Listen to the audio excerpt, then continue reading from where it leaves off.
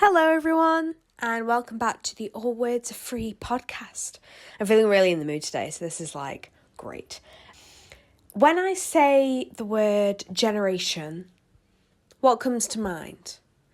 Do you go instantly to maybe your favourite show, your favourite band, your favourite book that has that word in it? Or do you start thinking about how we label groups of people who are born in a certain bridge of time? Well, we're going to be talking about the latter today. It's been really interesting to research some slightly more focused topics. I think a lot of the commentary videos that I really, when I'm consuming sort of commentary content, the stuff that I really enjoy, there's some broader spectrum things and some really zoomed in things. And I think although when I was researching, I found out quite a lot and it was quite in depth, and generations, it covers everybody, right? So surely it's quite a broad scope sort of topic, but also there's some little issues we can get into and interesting ideas. So I'm really excited about this episode, and without further ado, let's get started.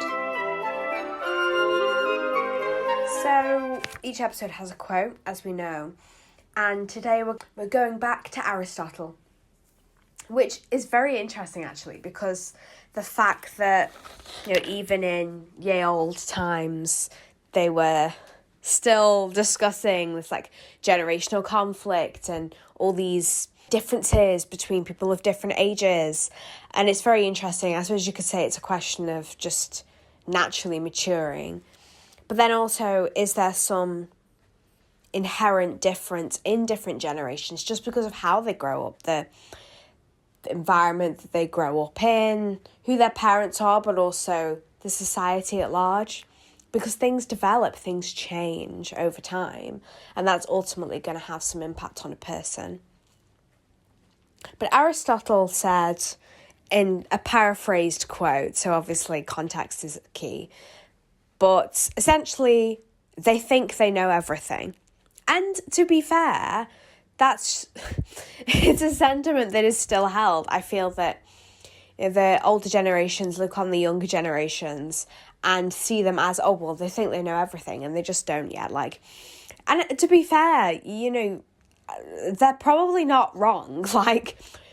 When you're younger, especially sort of teenager, I don't want to stereotype, but especially when you're a teenager, you do think that you've experienced a lot, and obviously you experience more as you age and you begin to understand things from a wider and more learned context. And so looking on a younger generation and being frustrated at the fact that they think they're already at that adult position, per se, that learned and experienced, they're fully formed and that they've learned all their lessons and they are them. And I think that older generations know that you continue learning throughout your life, and there's still a lot of change to come. There's still a lot of lessons to learn. People talk about when they become parents, how that changes their outlook. And so you can kind of understand the backing behind this. Obviously, people can express things in unfortunate ways where it seems you're kind of demeaning perhaps the younger generation, which is a queer in itself, and I also think is an unfair way to treat those who are younger than you. But we'll get into some intergenerational conflict. I've coined it as the kids these days effect.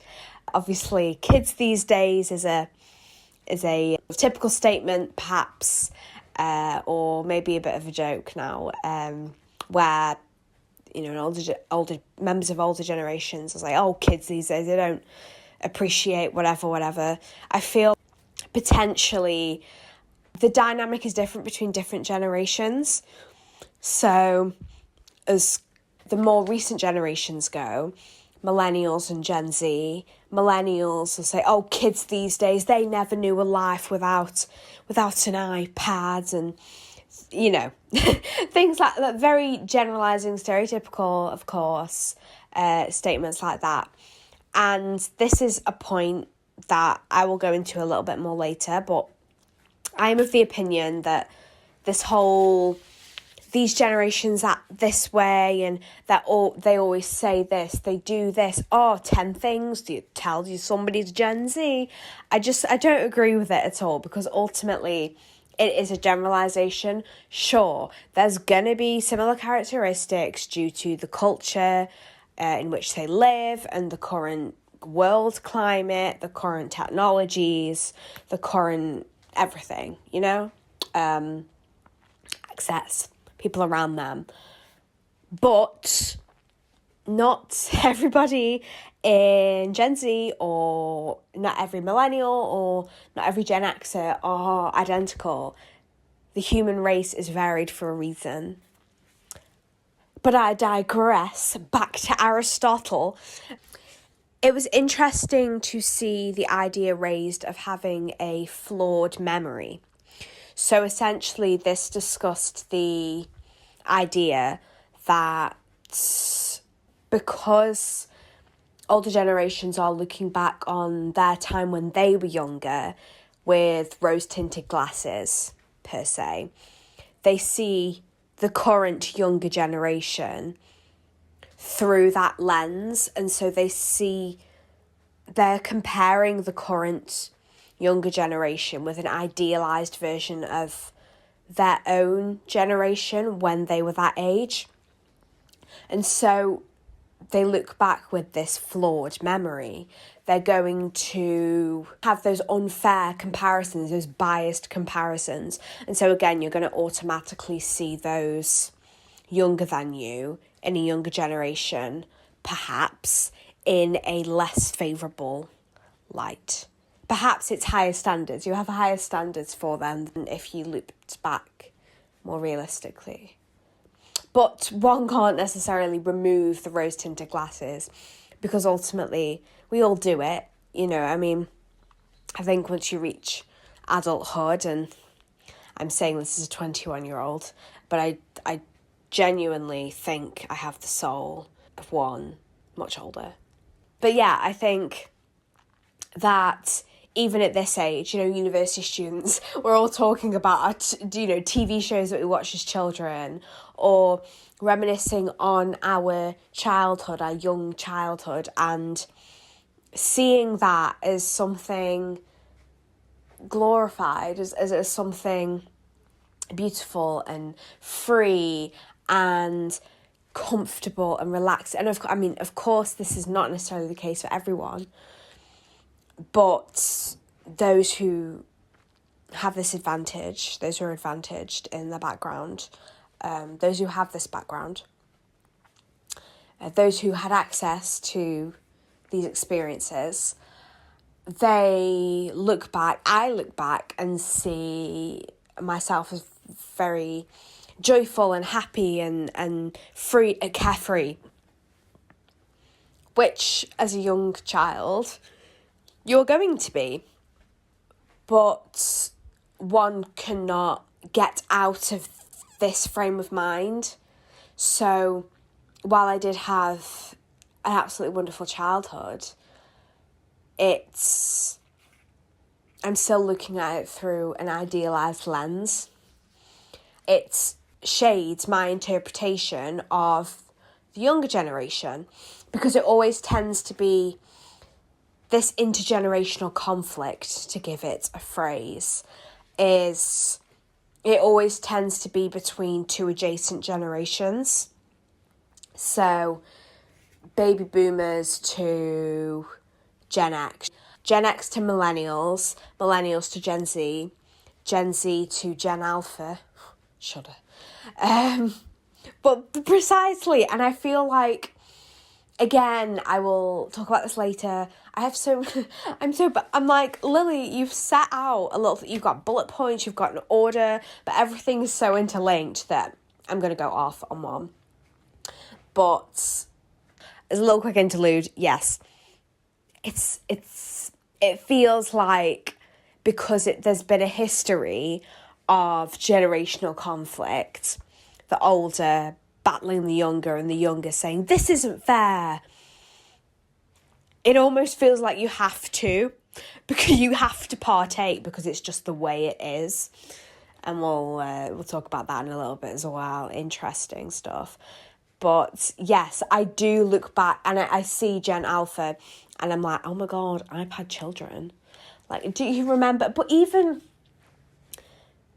I think the interesting dynamic with the almost quite arbitrary naming of and setting of generations by either these 20 or 15-year gaps.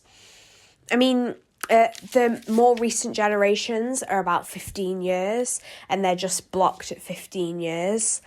And I was shocked. So I looked at generational years and times and there is some, interestingly enough, in the in a lot of the graphics that I saw and that I found, the later generations, so X, millennials, Gen Z, they have overlap at the tail ends, which is interesting.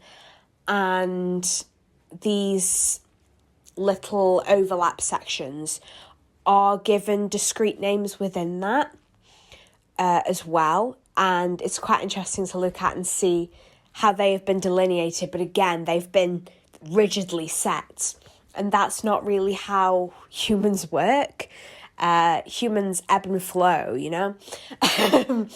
So it's very hippy-dippy, that.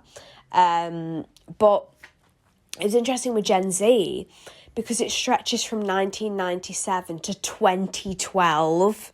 And I'm sorry, but if that is not the most wild 15-year umbrella, because those who are born in, of course, at present, it's going to seem, 15 years is going to seem a much bigger gap. So we're talking people who are 23 now to people who are 12 now. That is a huge developmental gap. And also a massive difference in how you grew up as well.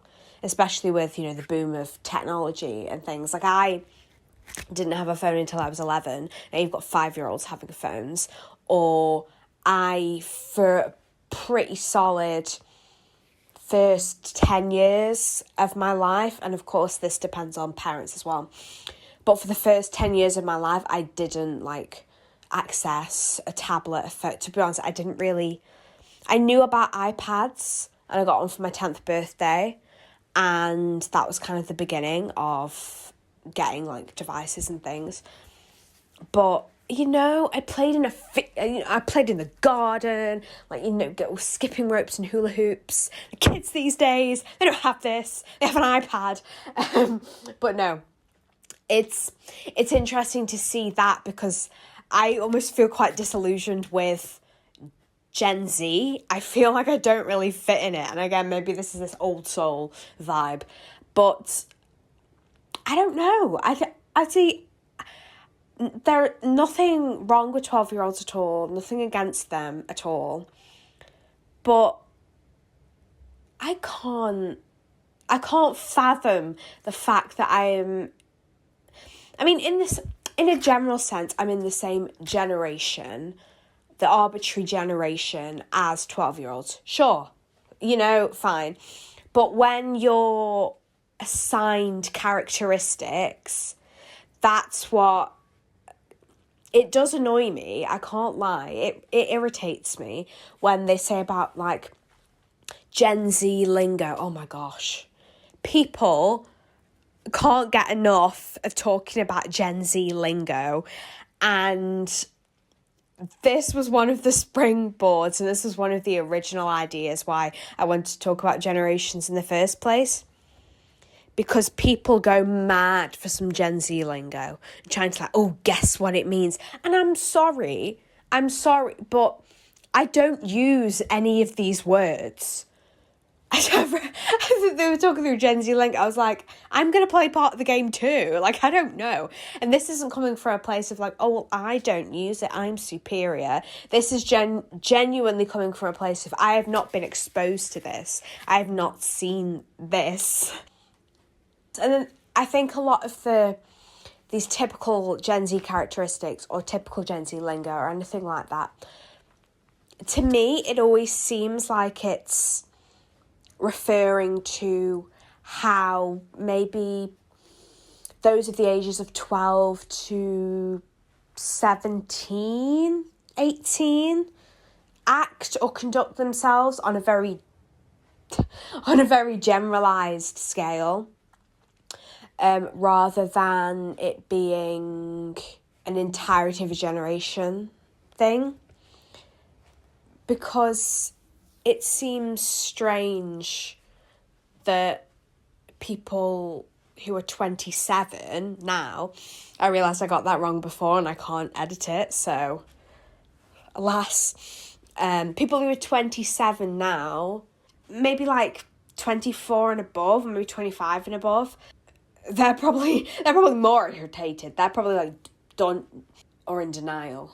They're like, I'm a millennial. But they bridge that, I just miss out. So I was born in 2003. I just miss out on that like intergenerational thing. And I'm like, oh, please take me as a zillennial.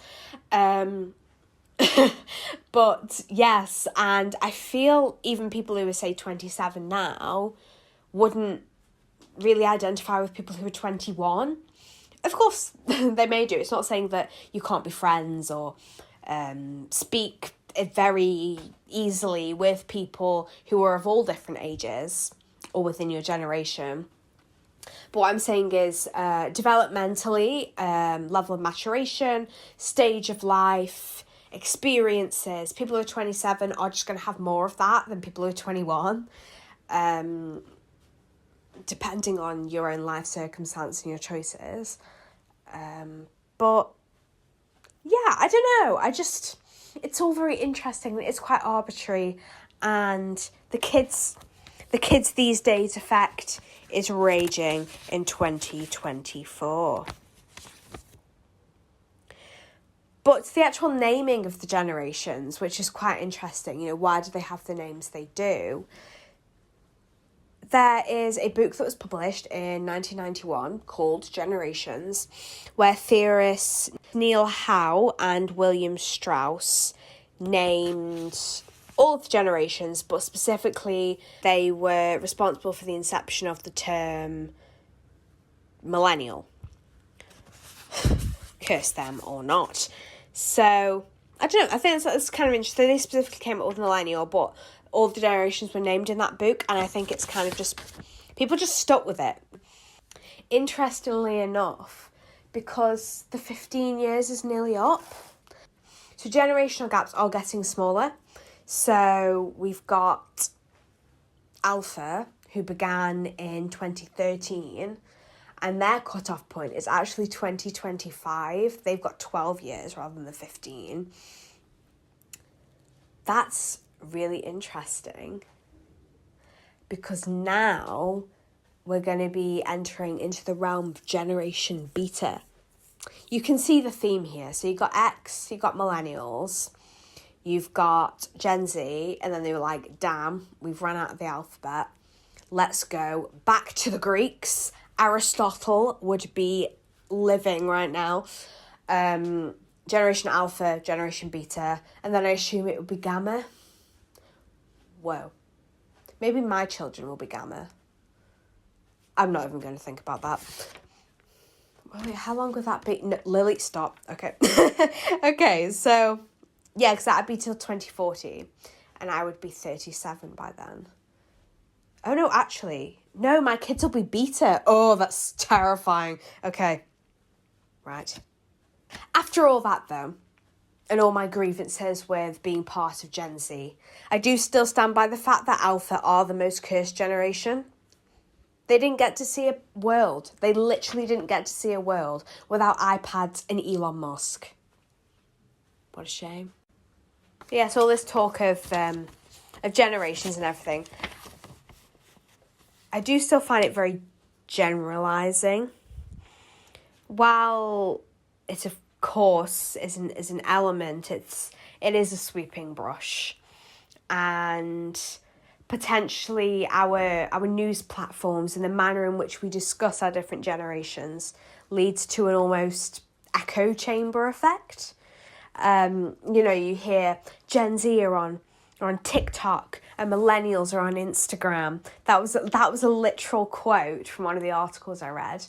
And I'm sorry, but I've never touched TikTok in my... Well, actually, that's a lie. I did. I made a TikTok video of me doing my makeup in the morning. And I was like, yeah, no. I don't use TikTok. I'd say I don't see the appeal. Like, I get why people use it. But it's just not for me. I am more of an Instagram person, which is why I feel like I am at my core a millennial. I feel like I identify more with the stereotypical millennial things than the stereotypical Gen Z things. Tell me I'm wrong. I am a zillennial. I'm saying it again. But I don't know. Yeah. Maybe I am wise beyond my years. Who knows? So a more serious side to this is that there can actually be cases of family estrangement due to rival ideologies. So an article I read, which was an article grounded in psychology, and all these references will be linked below if you fancy delving into that a little bit more.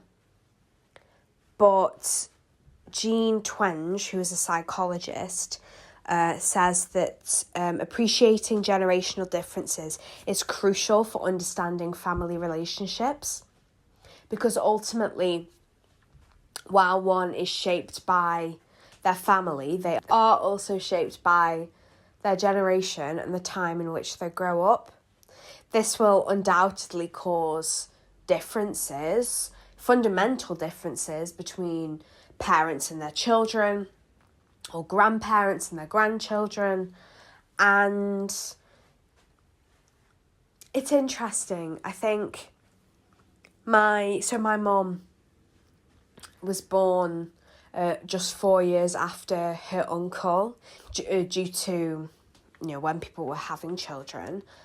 And it's really interesting because you can actually see the difference between, my mum's uncle, my great uncle, and his siblings, including my grandma, because there is there's 18 years between my grandma and her brother, which is quite literally includes a generation.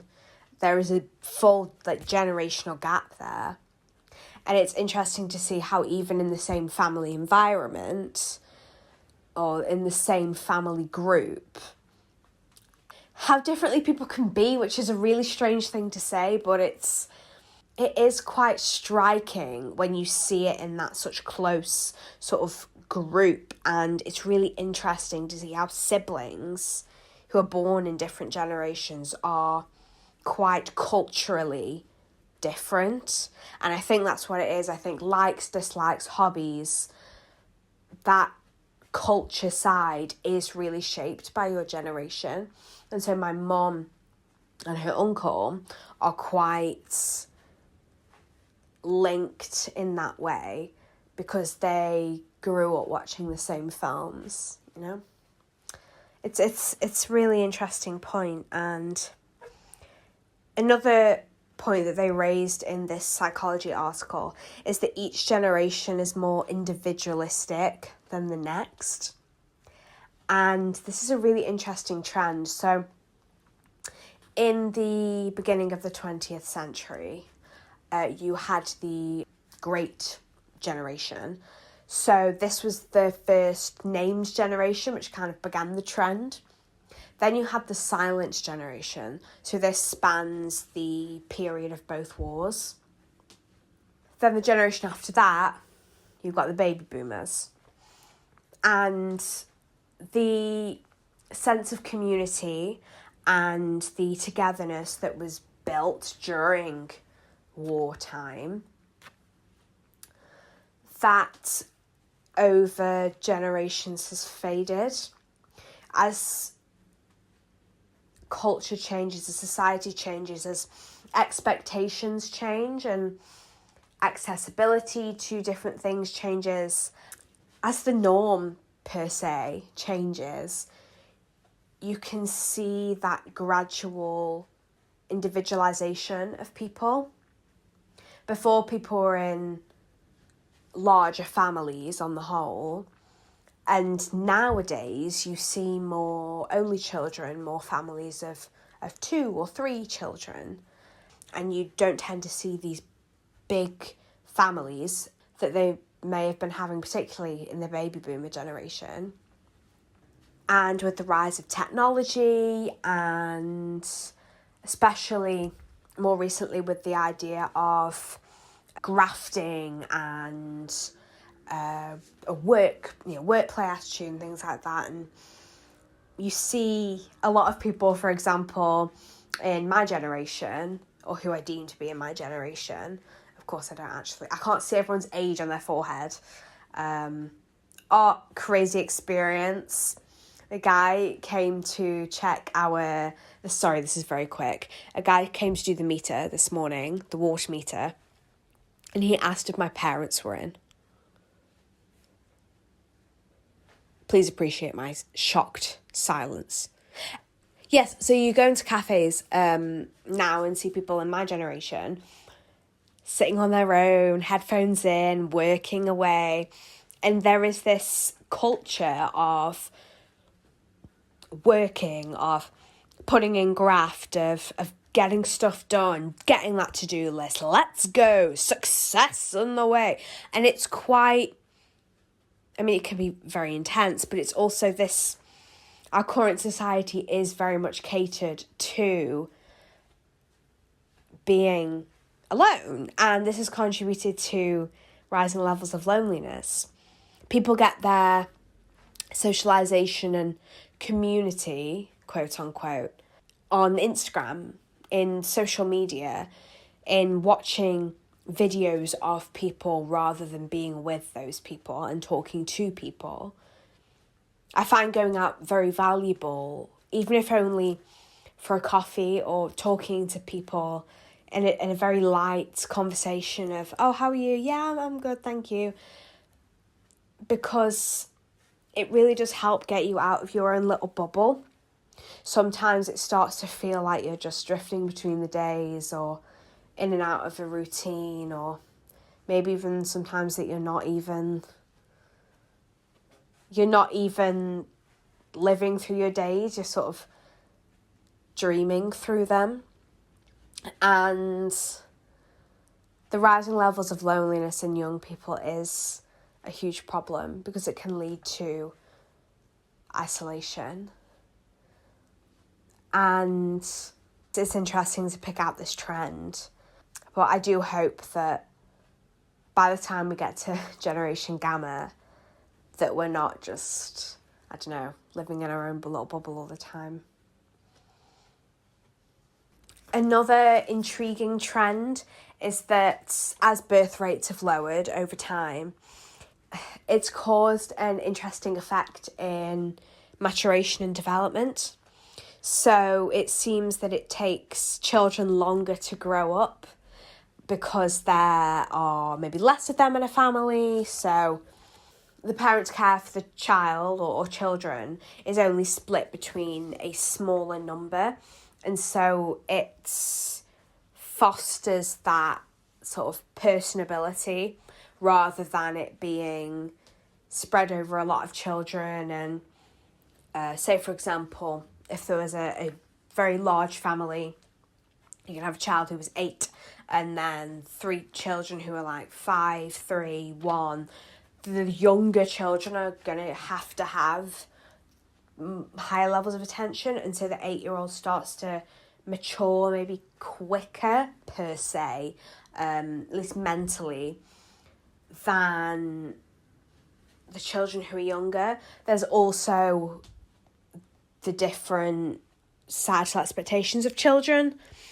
So now children are perhaps more protected in a sense. So there obviously laws have come on a long way, but also children are more, because of higher reporting of cases and higher, more news of cases where awful things have happened to children. There's a higher knowledge of the dangers for children in the world, and so they are protected more, perhaps. So now we're going to go on to talking about the two different sides of the coin almost. So the disparities between generations and the likenesses between generations as well.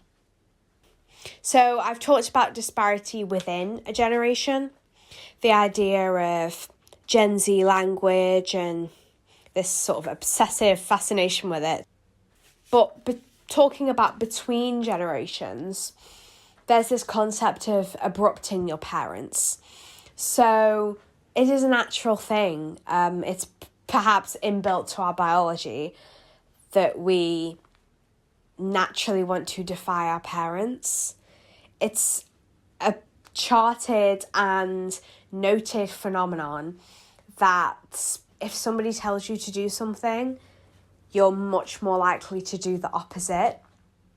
And since parents are literally with us our entire lives, they're guiding us as we grow up, they're teaching us lessons, they might say a lot of things that sound like orders or rules or advice. And the child's like, nah. My biology tells... the child says, no, my biology actually tells me to do the exact other thing. And obviously, naturally, children growing up, they're navigating the world. They're gonna do things that can irritate the parents. And in doing that, it does generate that conflict almost. A conflict in the sense of a light level of conflict. And children are going out to school, they're seeing other people their age, they're interacting in this different environment, they're making friends, they're seeing what the world is like on their own, as well as being under the roof of their parents. And so this begins to, especially as a child grows and starts to be able to explore the world a little more and the current climate in the society and the current state of the society, they begin to diverge from their parents, and they naturally do. They're shaped into their own human being, and all of this contributes to this intergenerational conflict. Depending on the generation, there can be some generation skipping as well. So my parents are Gen X and I am Gen Z. But I know there are people, say millennials, who have Gen Z children. So it does kind of depend. And again, this kind of exposes the arbitrariness of it all. But it's a similar thing of is it intergenerational conflict in the sense of these distinct categories, these distinct delineations of generations with names? Or is it more of a parent-child relationship, friction, we love you but we hate you sort of vibe? Is it just the natural difficulties of growing up and caring for a child? You know, so you could say that there are a lot of things that are intertwined and interlinked and kind of the same thing, but not quite the same thing. And again, this just adds to the fact that the generational divides are pretty arbitrary at best. But they're fun, you know? But it's all lols, really. an interesting thing just to zoom in on the whole dislike concept. So I'm going to use baby boomers and Gen Z as an example. But sometimes, especially with these really big gaps, there can be quite distinct differences between generations. It's not as a gradual transition as something like a millennials and Gen Z, which perhaps is why there is that conflict, because they're so similar, but there's distinct differences, and it's almost like you're battling against a slightly different version of yourself. Like, you know, if you were born 5 years, 10 years later, you would be in that generation, and you're kind of fighting, or you're fighting against, or you're resisting that slight change to what you saw was perfect, say for example for your childhood. But when you're considering a bigger gap, like baby boomers and Generation Z, that there's such a massive difference in those childhoods, those experiences. There just is. There just has to be, and inherently is. And perhaps this fosters a sort of dislike. But I hate to say it, but almost a dismissal from the younger generation. I don't know who I'm speaking for here, and I myself am very happy to speak to anyone. I quite enjoy speaking to people who are older than me, quite a bit older than me, because ultimately, somebody's age, I feel that really it doesn't change who they are. Somebody could be 20, somebody could be 40, somebody could be 80. It doesn't, sure, they're going to experience different things over those gaps, but they're not inherently in their core a different person. And yeah, I guess I like to speak to people. Perhaps I'm a bit fearful sometimes to actually start the conversation. But when other people have done it with me, it's been quite wonderful. But yeah, this concept of dislike, which is far from universal, perhaps there's an idea of the fear of change. So for those in older generations, they see that the fate of the world is in the hands of those younger than them. And perhaps they're thinking of the things that they could have done differently, and the things that they would do right now to get the world in the best place it could be. And they're frustrated at how the younger generation are treating it, because the state of the world, for example, is such a massive thing. It's an essential thing, and perhaps the essential thing. And perhaps they get frustrated with that. And in a similar way, maybe younger generations look back on older generations and say, oh, why did you not care? Using climate change as the glaring example. Why did you not care for our planet? Now look what you've left us with. Or political turmoil, or conflicts between adjacent neighbouring generations. Kind of the little things, the little frustrations, the little trends. Conflict between generations much further apart seems to be on a much bigger and perhaps more significant scale. It's sad to see people separate themselves so thoroughly based on their views, and of course people do and have to, and there are cases where I'm not gonna strike up a conversation with somebody who supports the far right or an incel or things like that. Incel popped to my mind because I'm doing research on that sort of thing. But is it still important to foster these conversations with people who have different views anyway, So, but generally it's when people have such fundamental differences in core beliefs, in these quite divisive things, divisive issues, divisive thoughts, that's going to drive a bigger wedge than do you wear high or low rise jeans. So yeah, I think it's interesting to look at that little nuance of this whole conflict thing. But I think something that I'd also like to focus on is the likenesses between generations as well.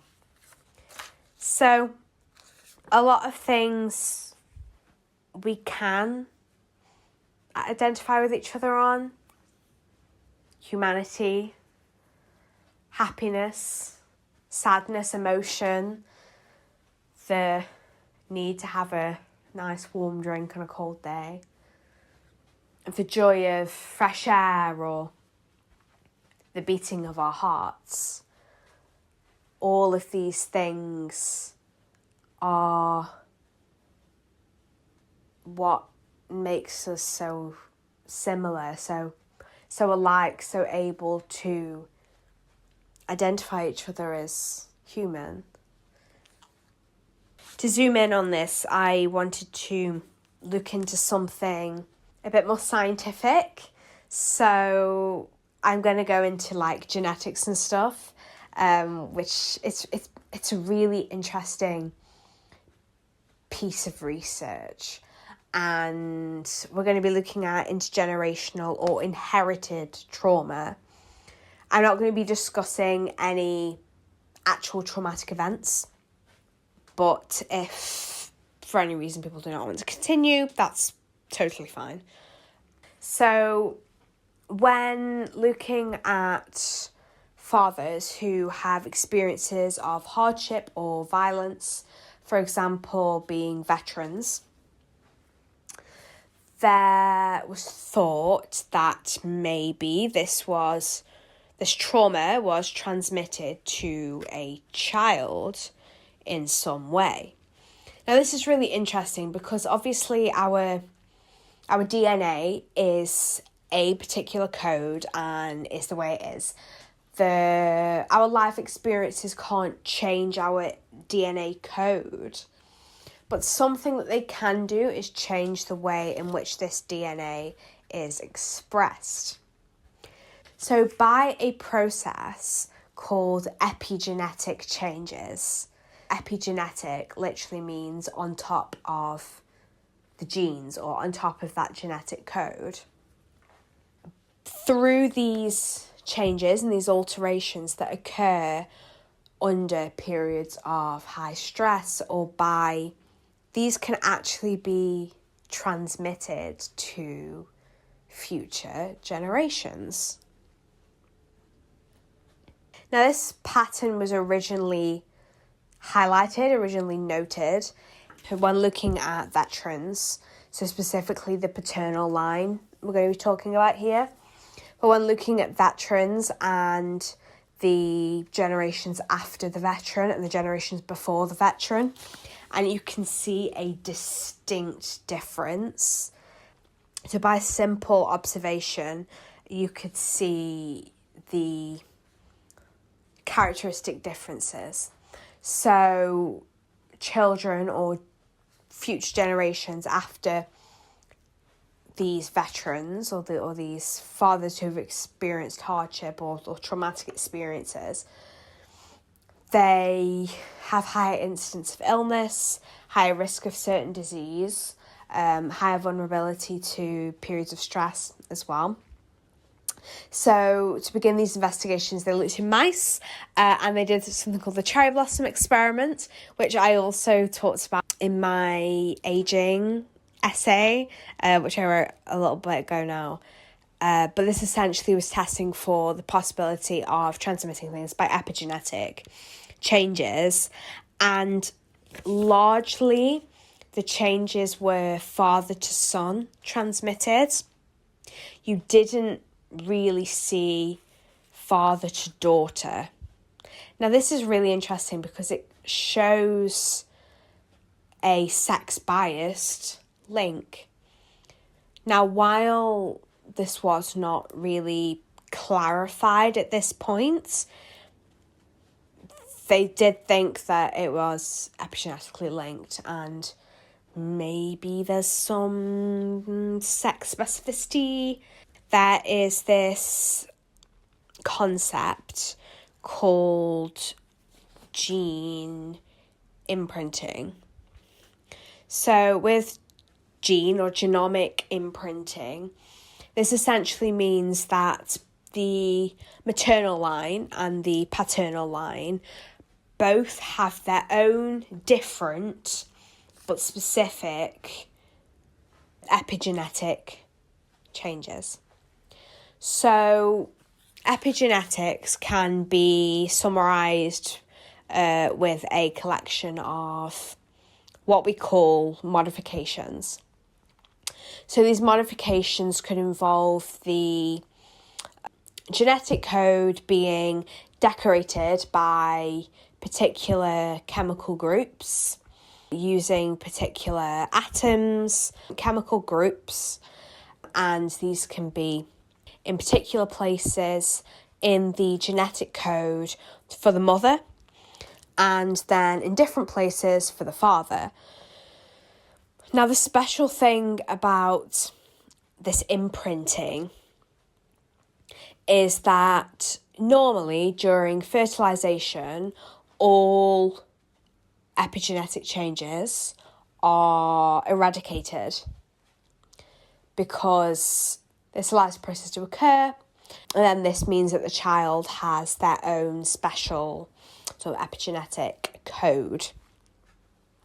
But with imprinted changes or imprinted genes, the change, the modification, is not removed upon fertilization, which means that any pattern that is imprinted in the mother, these genes will stay imprinted, or these specific sections of code will keep this particular modification in the child, and same for the father. And so what we're thinking here is that if changes occur in the father during times of trauma that are then kept by imprinting in the child, this may allow this intergenerational trauma. This facilitates this transmission of trauma's effects through generational lines. It's really interesting how it is the son. It potentially suggests that the imprinting or this fixing of the modifications is on the Y chromosome, potentially, because the sons pick up XY, the Y chromosome from their father, and female sex offspring will take an X chromosome from their father. But it's all very, very interesting and very, very sciencey, and I'm glad I could get into something quite sciencey. There was an alternative theory as well, that the inheritance may not actually be anything to do with changes to the genetic code or the genetic code itself, and rather it was more due to another molecule called RNA. So while DNA stands for deoxyribonucleic acid, RNA stands for oxyribonucleic acid, which essentially means that it's pretty much the same as DNA with a minor change here and there. And RNA is actually an intermediary molecule to our DNA kind of being able to do anything. So our genetic code codes for things like protein. And in order for a protein to be made, the DNA must be expressed in some way. This is done through RNA. So the DNA is used as a sort of template to create a RNA molecule which carries the genetic code in copy. Then this RNA is used to create our protein. And that's kind of the thoroughfare there. And that's why RNA is so important. RNA is important for vaccine development, for example. So it's a really key molecule.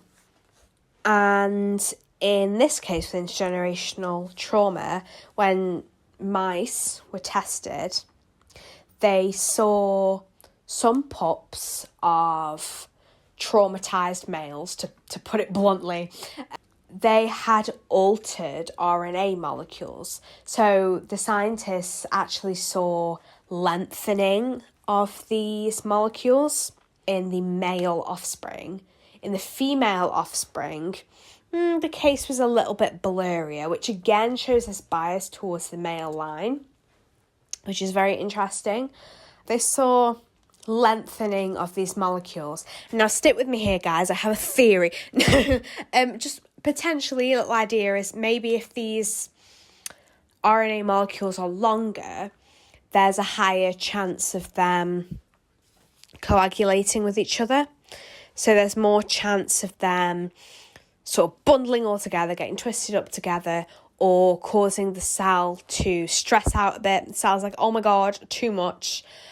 So they all start to bunch together and form these little sort of deposits inside the cell. This may increase cell stress. Cells could die or burst, which would cause sort of immune things. Our bodies have different cell types.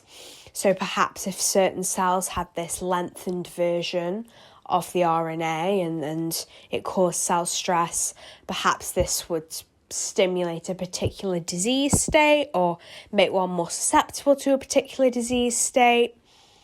Or maybe the longer RNA then caused a different protein to be generated, which could again cause a particular disease or increase susceptibility to a particular disease. This is me ruminating. This is me being biochemist. But yeah, I will stop now. Science section over. But if also you're not like a general science person, you found this interesting, I would love to hear, because yeah, I work at a science publication in Oxford, a student science publication called The Oxford Scientist.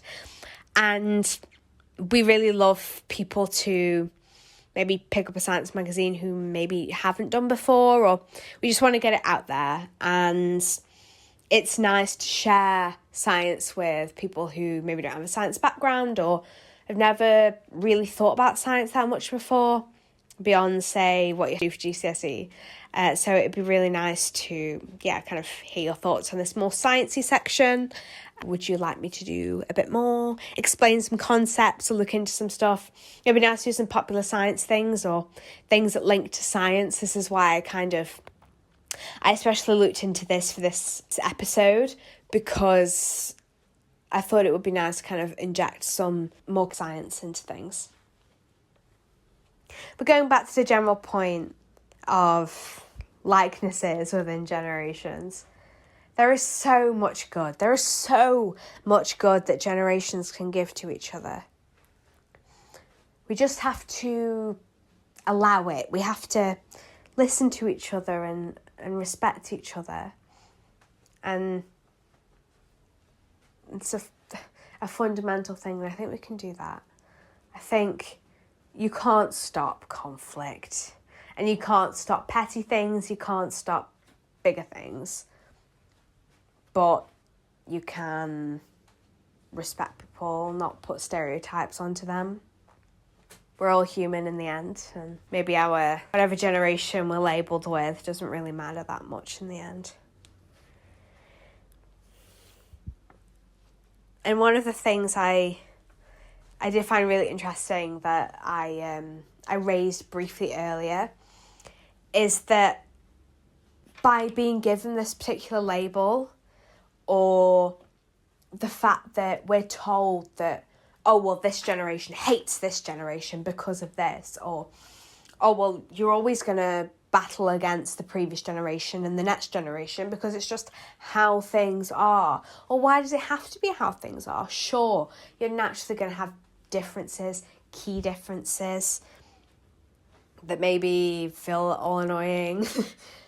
But it almost seems like a socialization of conflict rather than an inherent combat. I read an article in The New Philosopher with some pretty good quotes, and here's one. The era into which you were born has a greater effect on your personality than your family. And throughout this, I've kind of been alluding to this point. And it's really interesting because I personally, as a little anecdote, I feel I have gained a lot about myself and perhaps the very core of me in my manner and my hopes, my tastes and my loves, both in my life approach and casually, from my family. My parents and I'm an only child. We are close-knit, and that's obviously very relevant here. But I also see the influence of my generation very clearly in the way I dress, the phrases that I use, my social beliefs and social concepts. Things like creating a podcast, right? Humans have had creative outlets and ways to share their thoughts throughout the generations. But because I was born in Gen Z, and podcasts are a big thing, I'm making a podcast. I don't know. It is interesting how the turnover seems to be getting faster. You know, when do we get to a point where... is it going to keep getting smaller? Or are we going to stop broadening things again, and who decides? Maybe because the population of the world is so vast now and they've got the internet and everything, maybe they're just... because now generations are being set and generational periods are being set beforehand, before that time comes. Whereas previously they set the generations looking back. So perhaps that was more accurate. Who can say? But you are forced into your generation and shaped by it, no matter what. It's what you do with that counts. All right. Thank you all so much for listening. Let's get a conversation going. Let me know what you think. Any thoughts, anything to add? Things I didn't cover, maybe, or something that it sparked in you, made you think. Okay. I hope that you listen in next time, and I'd love to speak to you again. Take care. Let's keep talking.